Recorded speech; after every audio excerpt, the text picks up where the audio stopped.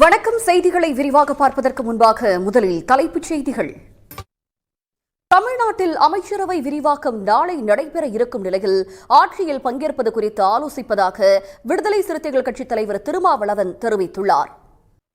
செய்திகளில் தொடர்வது சிறிய இடைவேளை. சங்கரன்கோவில் அரசு மருத்துவமனையில் புகுந்து ஆளும் தாவிகாவினர் ஆய்வு என்ற பெயரில் மருத்துவர்களிடம் விசாரணை நடத்தியதோடு நோயாளிகளுக்கு இடையூறு ஏற்படுத்தியதால் பரபரப்பு நிலவியது. தமிழ்நாடு முழுவதுமாக 10ஆம் வகுப்பு தேர்வு எழுதியவர்களில் 94.31% பேர் தேர்ச்சியடைந்திருக்கிறார்கள். 10ஆம் வகுப்பு பொதுத் தேர்வில் கடந்த ஆண்டை விட அதிக அளவிலான மாணவர்கள் தேர்ச்சியடைந்து சாதனை படைத்துள்ளனர். திண்டிவனம் அடுத்த ஒலக்கூர் ரயில் நிலையத்தில் தண்டவாள சீரமைப்பு. செய்திகளில் தொடர்வது சிறிய இடைவேளை.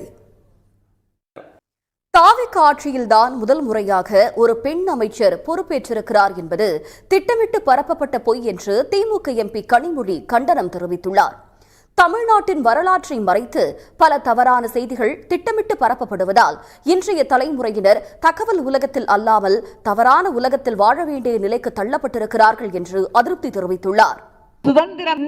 தமிழ்நாட்டில் PM ஸ்ரீ திட்டத்தை நடைமுறைப்படுத்துவதற்கான சாத்தியங்களை ஆலோசித்து முடிவெடுக்கப்படும் என்று முதலமைச்சர் விஜய் உறுதியளித்திருப்பதாக ABVP அமைப்பின் நிர்வாகிகள் தெரிவித்திருக்கிறார்கள். அரசு தரப்பில் சந்திப்புக்கான புகைப்படங்கள் எதுவும் வெளியிடப்படாத நிலையில் வெளியே வந்து பேட்டியளித்த அந்த அமைப்பினர் இவ்வாறு கூறியுள்ளனர். இனி தமிழ்நாட்டின் முக்கிய நிகழ்வுகளை எக்ஸ்பிரஸ் செய்திகளாக பார்க்கலாம்.